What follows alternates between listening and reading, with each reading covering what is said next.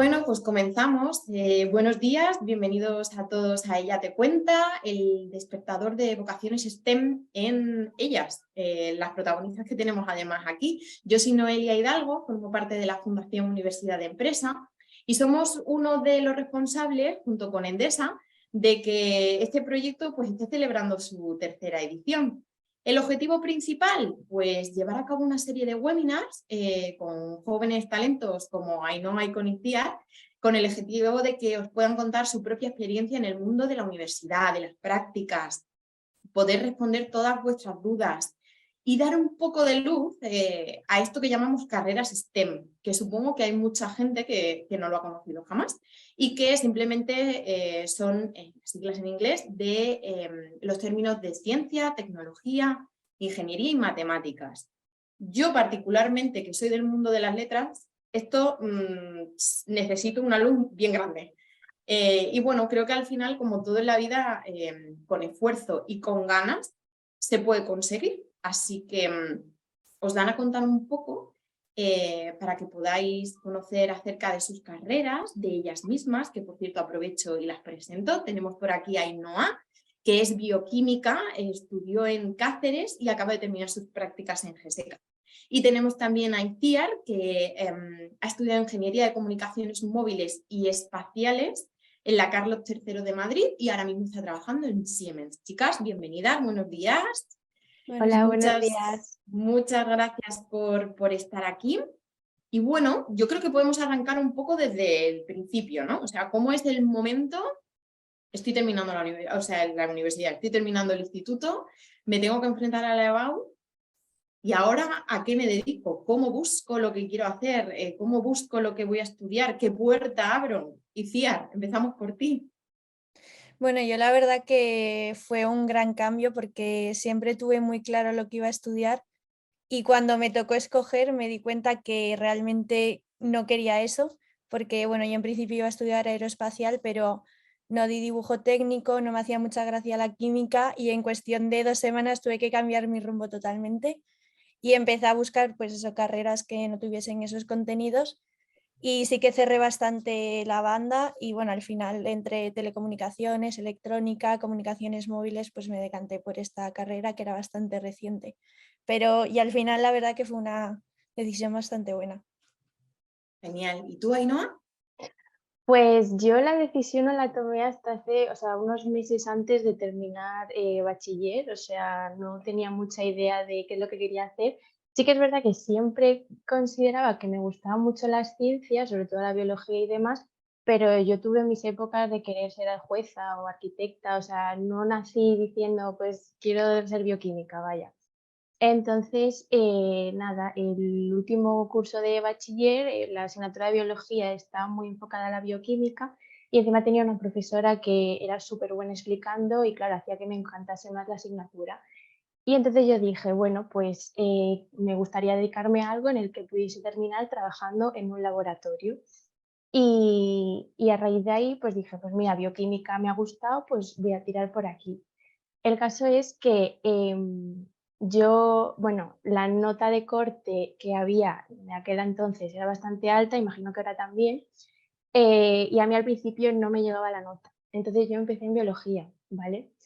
Pero nada, estuve como una semana y luego directamente ya me cambié porque, bueno, al final la nota de corte no siempre es la nota de la última persona que entra, es decir, también tienes que tener en cuenta que, por ejemplo, una persona que quiere hacer medicina va a echar en todas partes de España, por ejemplo, y ahora le cogen en todas partes, vale, pero esa persona va a ir solo a un sitio, imaginaros que se va pues a Madrid. Entonces, el resto de plazas que ha conseguido en otras comunidades van a quedar libres y las puede coger otra persona.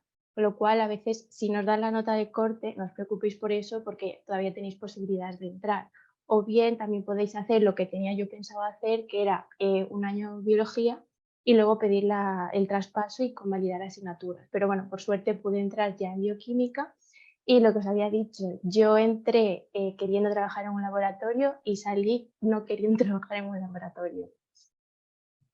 O sea que lo que tenemos claro es que siempre se puede reconducir, ¿no? Ahora, Claro, sí. la pregunta, chicas, ¿es importante elegir el bachillerato adecuado para hacer este tipo de carreras? Quiero decir, hablamos de que podemos cambiar, Ainhoa nos contaba que podía cambiar de una carrera a otra, pero supongo que en este caso sí que es importante, por ejemplo, haber hecho un bachillerato de ciencias.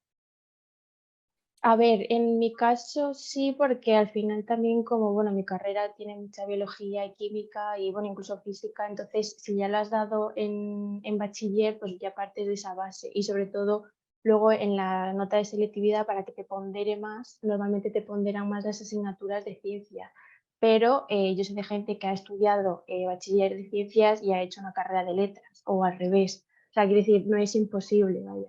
Pero sí, normalmente es mejor tener un bachiller de ciencias si quieres dedicarte a una carrera científica. Y Ciar, ¿es importante el rendimiento que se tiene durante el bachillerato para luego llegar a la uni y no es tan parte de lleno? Yo creo que en mi caso yo estudié el bachillerato internacional, que es un bachillerato que requiere mucho rendimiento, estás estudiando 2 contenidos a la vez a nivel nacional y el internacional. Y sí que yo notaba la diferencia en frente a mis compañeros que estudiaron el nacional, que claro, para mí lo veía como algo más light, entre comillas, y sí que vi ese salto porque yo, quieras que no, en bachiller fue como que te das ese golpe de realidad de tienes que estudiar para aprobar. Pero sí que creo que hay gente que no rindió tanto en bachillerato, que estudió un bachillerato que no era tan científico, y al final yo soy fiel pensadora que si quieres, puedes, vengas de donde vengas y hayas rendido lo que hayas rendido, que te ayuda. A mí, por ejemplo, lo noté frente a mis compañeros que en primero yo no me di ese golpe de realidad porque me lo di en bachillerato, pero al final yo creo que depende un montón el centro y lo que hayas estudiado.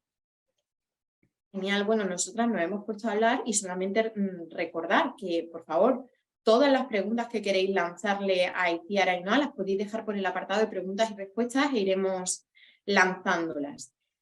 Vale, chicas, bueno, pues hemos elegido, tenemos más o menos claro lo que vamos a hacer, nos cogen en la uni.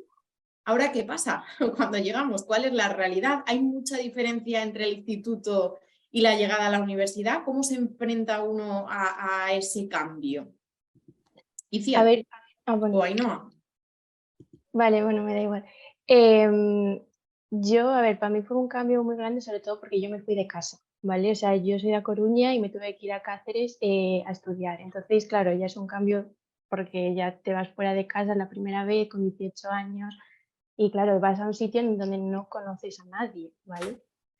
Entonces, en ese caso sí, hay un gran cambio. Luego, a la hora de estudiar, también hay un cambio porque al final tienes como más libertad, no es como, por ejemplo, en bachiller o en la ESO, que tienes que ir a clase sí o sí. En la universidad puedes faltar a clase, no en todas las asignaturas, pero a veces puedes faltar, pero es como que esa libertad que te dan de gestiónate tú, pero luego lo que salga es problema tuyo, o sea, es buscarte la vida, básicamente. O sea, con esto quiero decir que tampoco os tenéis que confiar y decir, ya, pues voy allí, no hago nada, no, o sea, trabajar hay que trabajar. Luego también depende mucho de la carrera. A veces, pues normalmente al ser carreras, bueno, en mi caso no es una carrera fácil, tampoco diría que es muy difícil, pero sí que es verdad que yo notaba que, por ejemplo, mis notas bajaban más de lo normal en cuanto a cuando estaba en bachiller. Pero yo al principio lo notaba como un problema, pero de verdad, o sea, no es nada malo, o sea, al final la nota es importante hasta cierto punto, ¿vale? Yo he de decir que según cómo he ido enfocando mi carrera, a mí la nota que he sacado ha dado absolutamente igual. O sea, yo cuando hago entrevistas para buscar trabajo y demás, realmente he hablado de todo menos de lo que he estudiado. O sea, quiero decir, la nota no es lo más importante. A lo mejor en el caso de carreras científicas, si te quieres dedicar a la investigación para poder hacer una tesis doctoral, ahí quizás sí que es importante la nota, porque te pueden dar una beca en función de la nota que tú tengas. Pero ya si te quieres meter por el sector privado, no es lo más importante. Entonces, por esa parte, o sea, si empezáis y demás y veis que vuestro rendimiento baja, no pasa nada, es normal, sobre todo cuando empiezas, porque es un cambio y luego ya más o menos, o sea, yo empecé la carrera y sí, mis notas bajaron, pero luego fueron subiendo, o sea, quiero decir, tienes un proceso de adaptación, pero que no es nada malo, ni se os va a acabar el mundo, ni nada por el estilo. Genial, Iciar, ¿y tú? Sí, a ver, yo me cambié de ciudad, yo soy de Asturias y me mudé a Madrid y lo que decía mi compañera, que al final tienes que aprender tú a autogestionarte porque en la universidad no tienes un control de asistencia ni tienes un profesor detrás de ti que si suspendes te va a decir ponte las pilas, tienes que ser tú autocrítico y ser tú el que diga he suspendido, yo quiero aprobar, no tengo a nadie detrás que me diga tienes que aprobar.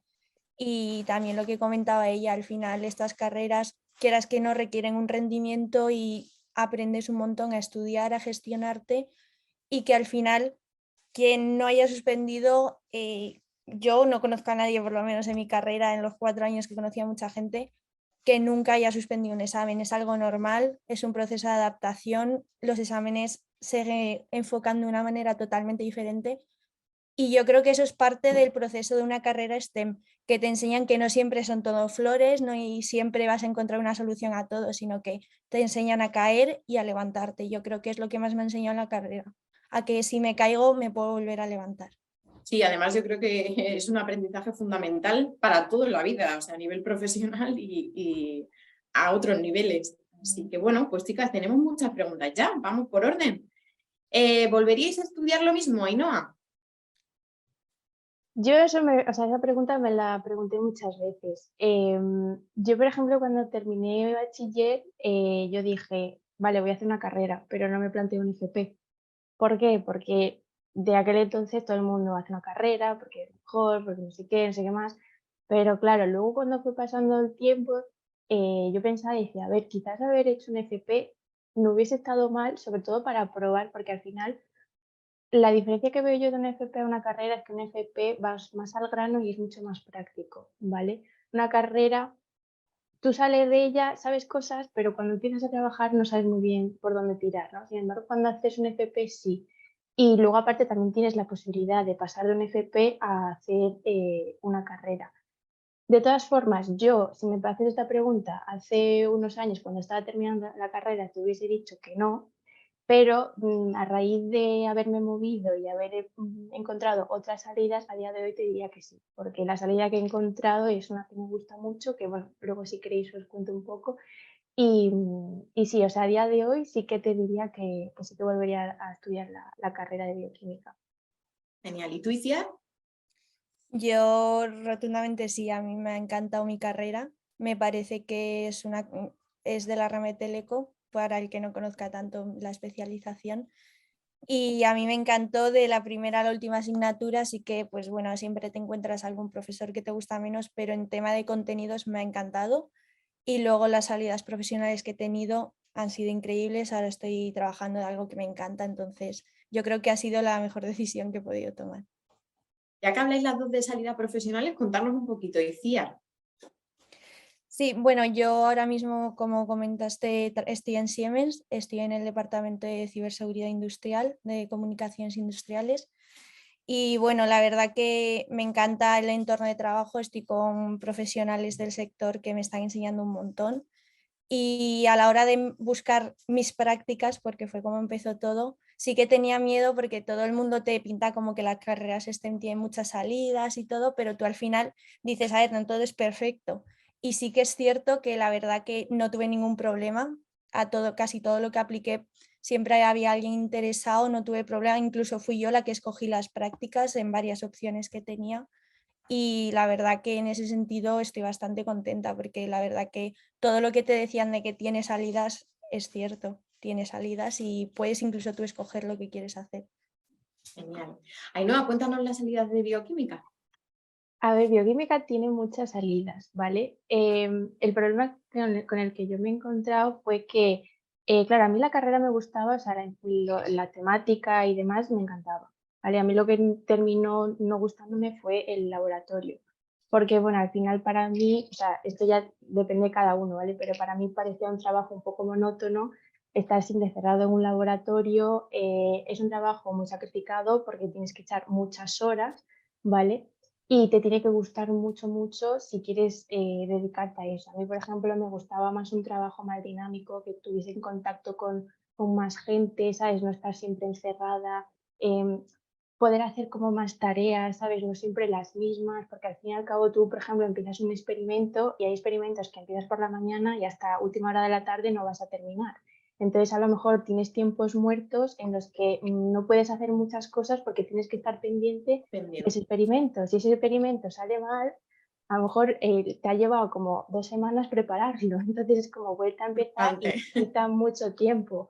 O, por ejemplo, si trabajas con cultivos celulares, claro, tú tienes que hacerle un mantenimiento y hay veces que te toca ir un fin de semana a cambiar los cultivos o un festivo o mismo si te pillas vacaciones. O sea, quiero decir, es muy sacrificado y te tiene que gustar mucho, mucho si te quieres dedicar a eso, ¿vale? Y yo ahí descubrí que no era lo mío, sobre todo porque, o sea, no os voy a engañar, no está nada bien valorado para todo el trabajo que supone. ¿Qué pasa? Que yo cuando estaba en la carrera, yo he tenido charlas de orientación sobre salidas de esta carrera y siempre me hablaban pues, de la investigación y la investigación y más investigación. Entonces, ¿yo qué hice? Pues dije, a ver, no puede ser que solo tenga esta salida, o sea, tiene que haber más salidas que no sea trabajar en un laboratorio, ¿vale? Entonces, con esto quiero decir que no os conforméis solo con lo que os diga, es decir, buscad por vuestra cuenta y hablad con gente, ¿vale? Yo hice unas prácticas en un instituto de investigación biomédica, ¿vale? No porque yo realmente quisiera, o sea, os voy a ser sincera, la hice porque así me convalidaba una asignatura de la carrera y el último año pues tenía una asignatura menos, pero gracias a haber hecho esas prácticas descubrí la salida que a día de hoy pues es donde o sea, donde me estoy intentando meter y que me ha encantado un montón. Yo en esas prácticas, bueno, estaba en un grupo de investigación donde había gente haciendo la tesis doctoral, ¿vale? Toda esa gente, su idea de continuar su carrera profesional era en el sector farmacéutico, ¿vale? A mí nunca me habían hablado del sector farmacéutico. Sabía que existía, pero como nunca me habían hablado de ello, pues tampoco, o sea, no sabía, de hecho siempre pensaba que a lo mejor solo podías acceder si eras farmacéutico. Mentira, o sea, puedes acceder a ello si eres biólogo, bioquímico, químico, incluso si has estudiado ADE, por ejemplo. O sea, es un sector muy, muy amplio. Entonces, yo cuando terminé la carrera me quise enfocar en eso, hice un máster enfocado a la industria, ¿vale? Y tras terminar el máster empecé a buscar prácticas, porque generalmente para entrar a una empresa, o sea, esto es otro problema con el que os vais a encontrar. Cuando terminéis de estudiar y queréis trabajar, os van a pedir experiencia. El problema de cuando terminas de estudiar es que no tienes experiencia. ¿Y cómo consigues esa experiencia? Pues a través de unas prácticas, ¿vale?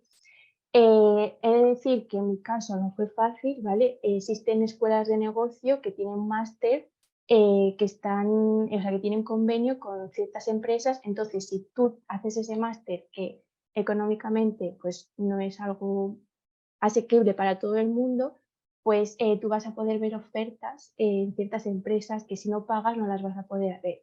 ¿Qué pasa? Que hay empresas que sí que ofrecen ofertas que tú puedas ver, como es el caso de GSK, que es donde yo he estado, ¿vale? En esta empresa, bueno, como en todas las empresas del sector farmacéutico, como bien os he dicho, es muy amplio, ¿vale? Tiene un montón de departamentos. Te puedes dedicar a lo que tú quieras. De hecho, puedes saltar de un departamento a otro. Es más, yo, por ejemplo, estudio bioquímica y he hecho cosas de marketing. Y os sorprenderá porque, claro, ¿qué tiene que ver marketing con bioquímica? Pues, bueno, no sé si conocéis la fase del proceso de creación de un fármaco, ¿vale? Pero digamos que yo estoy como, o sea, en el departamento en el que yo he estado, estaba un poco enfocado como a la parte final ya de la comercialización de un fármaco. Yo estaba en un departamento médico, ¿vale?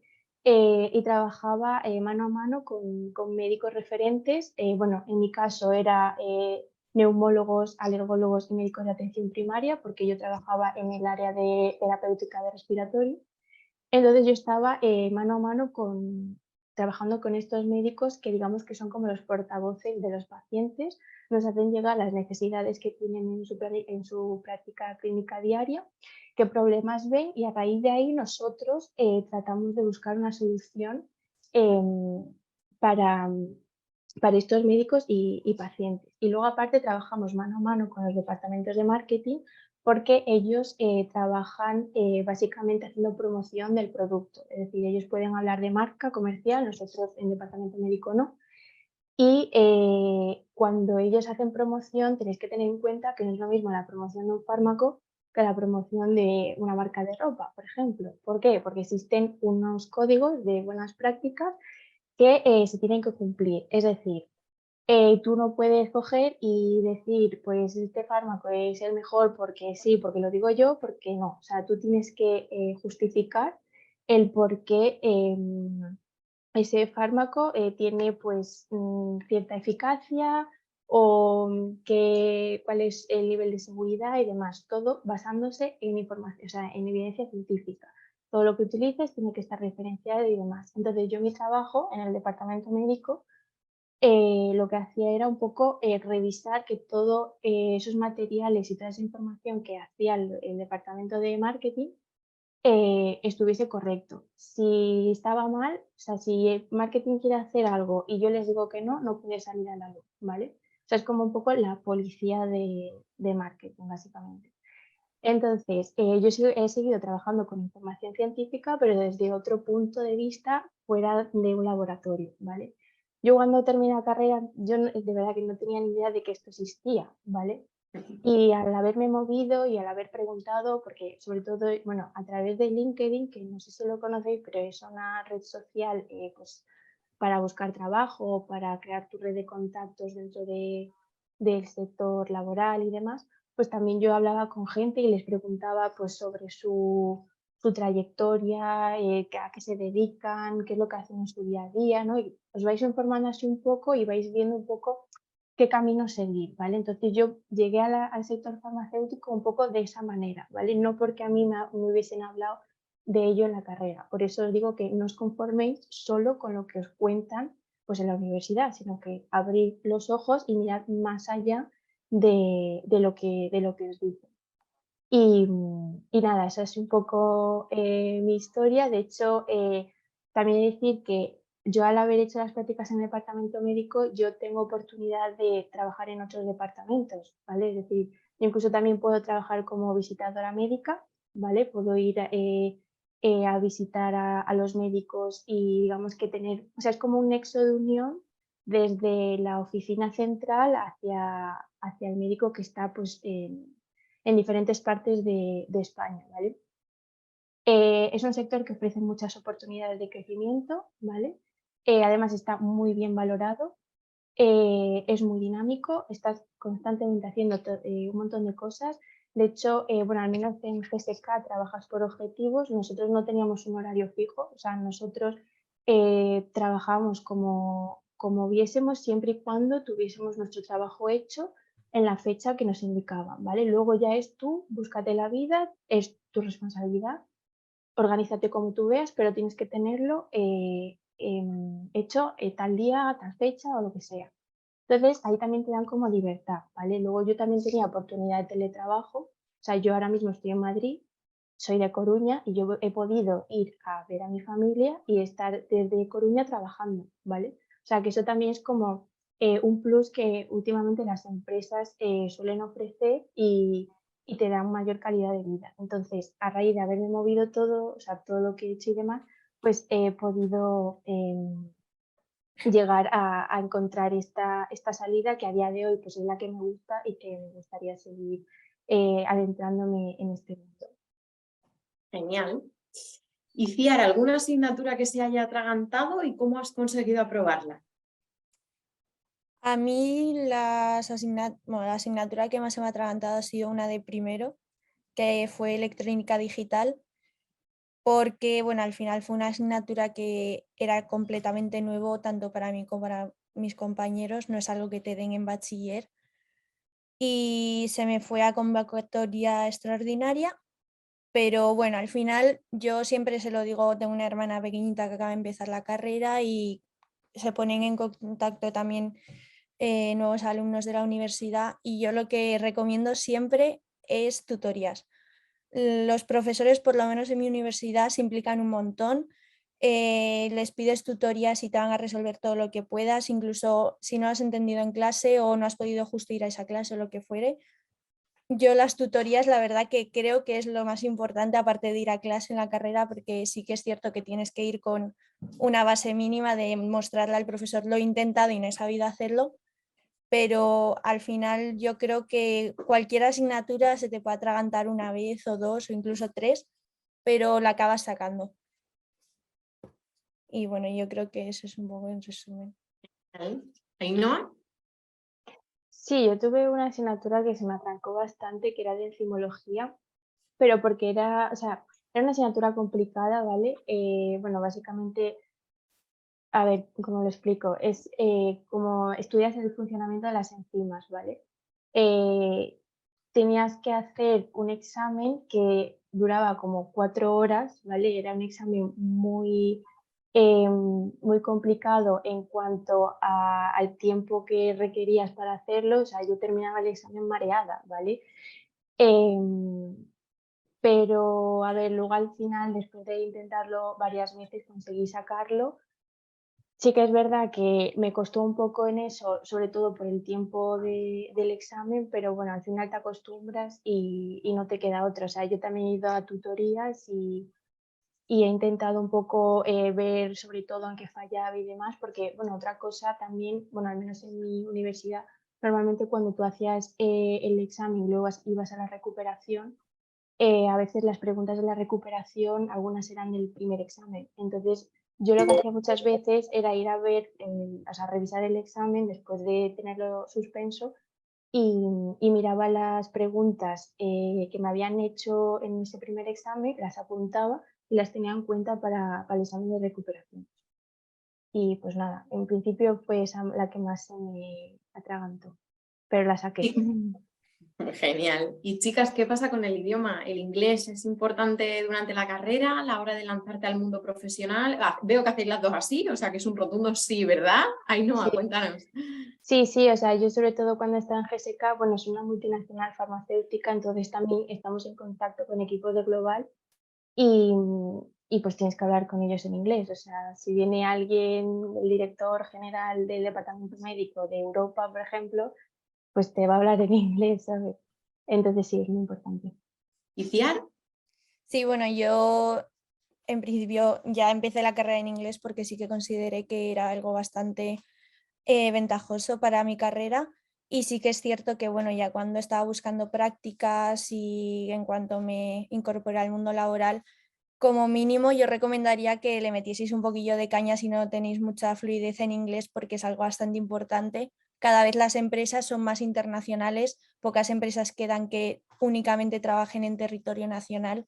Entonces yo, por ejemplo, trabajo con mis compañeros, hablo en español, pero todo el contenido, documentos o cualquier cosa que busque está en inglés. Entonces sí que es importante y las empresas lo van a valorar. Cuantos más idiomas siempre va a ser mejor, nunca está de más. Pero principalmente el inglés yo creo que es importante. Nos preguntan por aquí, al ser carreras tan complicadas, ¿pensáis que es un problema tardar más de 4 años en sacar adelante? Ainhoa dice que no. No, o sea, yo la saqué en 4 años, pero yo hasta mayo del año pasado no empecé a trabajar. O sea, quiere decir que a lo mejor puedes sacarla en 5 años y luego entras a trabajar antes que una persona que lo acaba en 4. O sea, al final el tiempo es lo de menos. O sea, el caso es que te la saques, pero no es nada malo sacártela en 5 años, 6, los años que sean. ¿Ciar?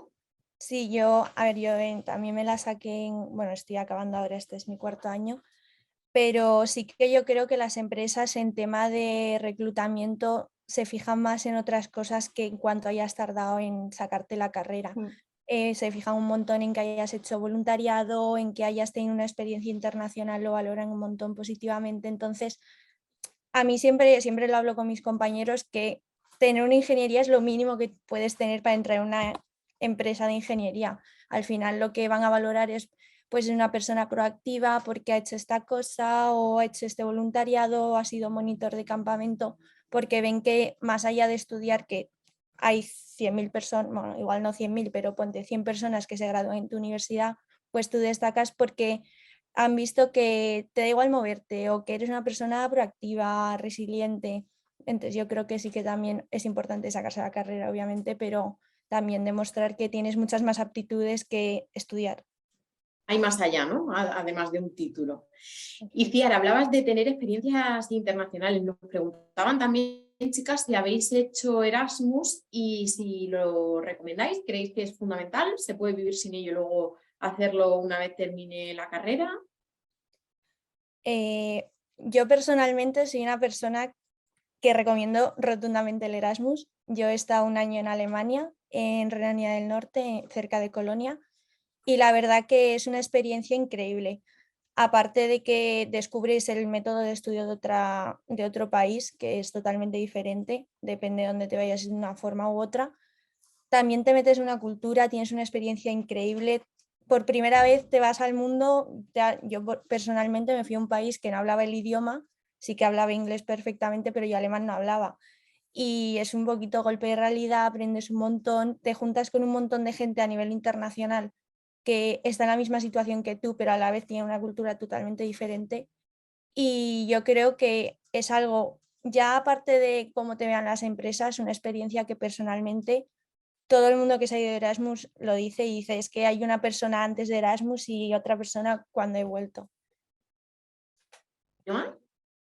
No, yo no he hecho Erasmus porque, bueno, mi carrera era muy nueva, o sea, yo creo que fui la segunda promoción o así, entonces el tema de Erasmus no estaba muy desarrollado, de hecho creo que de mi carrera, bueno, no sé ahora, pero cuando yo estaba allí estudiando nadie había hecho Erasmus precisamente por eso. Luego cuando se empezó a desarrollar un poco más, hubo el problema de la pandemia, entonces pues bueno, ahí ya no te podías ir, no podías hacer nada.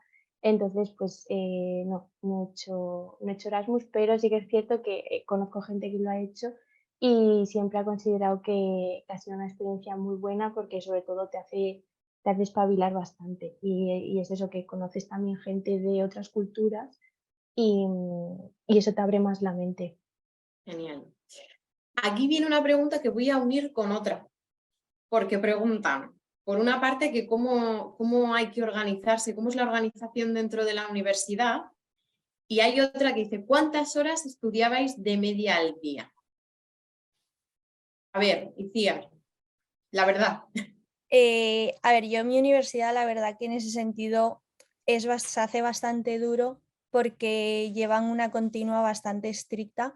Yo por asignatura tenía 3 parciales más laboratorios, si es asignatura de programación, un proyecto final de programación, más el final. Es decir, no era he aprobado la continua, estoy aprobado, sino que el final contaba un 50%, entonces la continua la tenías que llevar bien, porque si no necesitabas un 8 en el final, pero también en el final tenías nota mínima. Entonces yo desde septiembre hasta junio sí que es algo que mentalmente tienes que trabajar mucho y yo intentaba llevar todo bastante al día. Iba a clase, tomaba apuntes, me entraba bastante bien y mínimo 2-3 horas extra en no temporada de exámenes le echaba.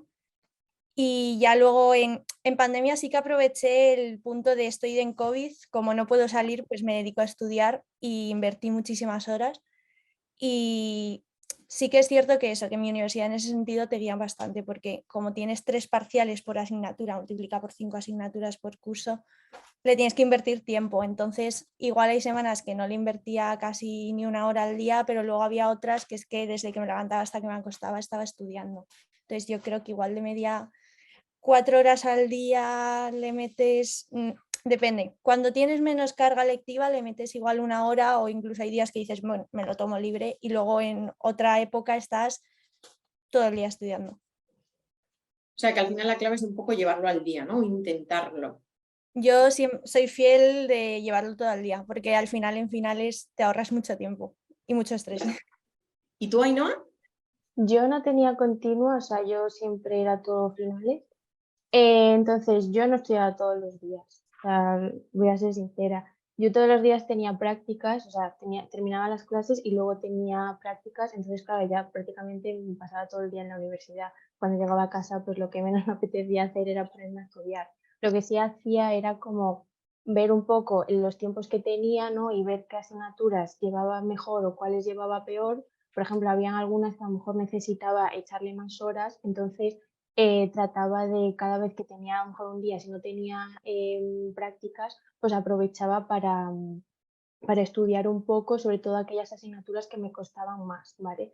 ¿Qué pasa? Que luego habían otras asignaturas que en cierto modo están todas relacionadas, entonces a lo mejor lo que estudias de una te sirve para la otra, ¿vale? Entonces no te es tan complicado em, llevar a cabo la organización de cada asignatura. Entonces, no estudiaba todos los días, solía estudiar pues cuando se aproximaban los exámenes finales y me lo saqué, o sea, me saqué la carrera en 4 años fácilmente. Genial. Otra pregunta por aquí. ¿Qué habilidades son importantes en vuestro día a día? Esto volvemos un poco al tema que hablábamos antes, que hace falta un poquito más que un título, ¿no? ¿Qué pensáis que realmente es importante para poder desenvolveros profesionalmente, Ainhoa?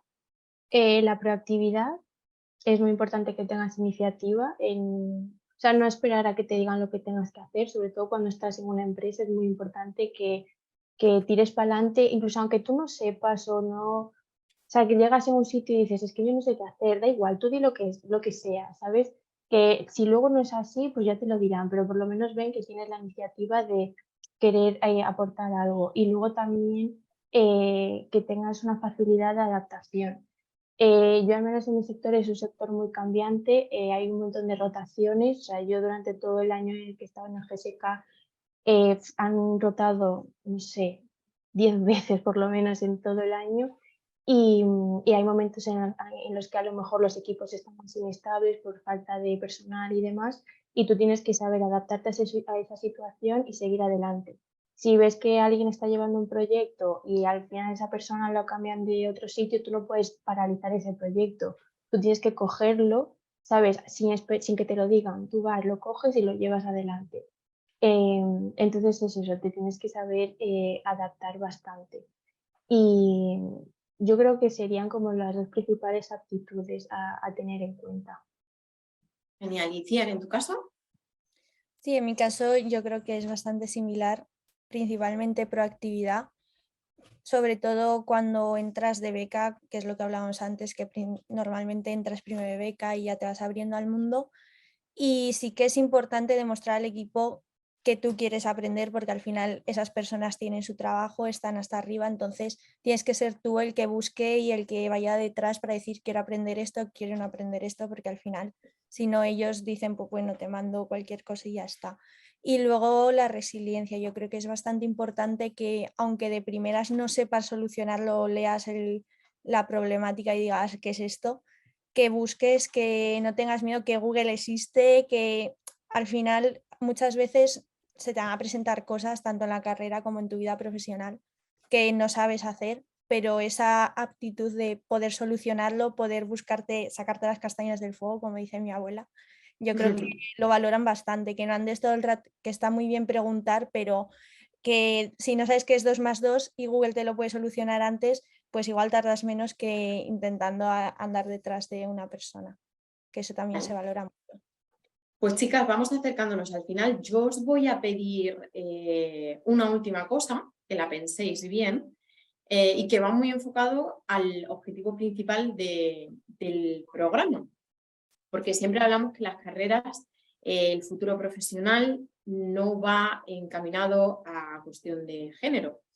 Entonces, un consejo que le podáis dar a esas chicas que están decidiendo que le gustaría dedicarse a carreras como las que vosotras estudiáis, pero que tenga esa reticencia, ese miedo a lo que se pueda encontrar y sobre todo a la gran frase de no, es que las carreras de tecnología, las carreras de ciencia son de chicos. ¿Qué consejo le daríais?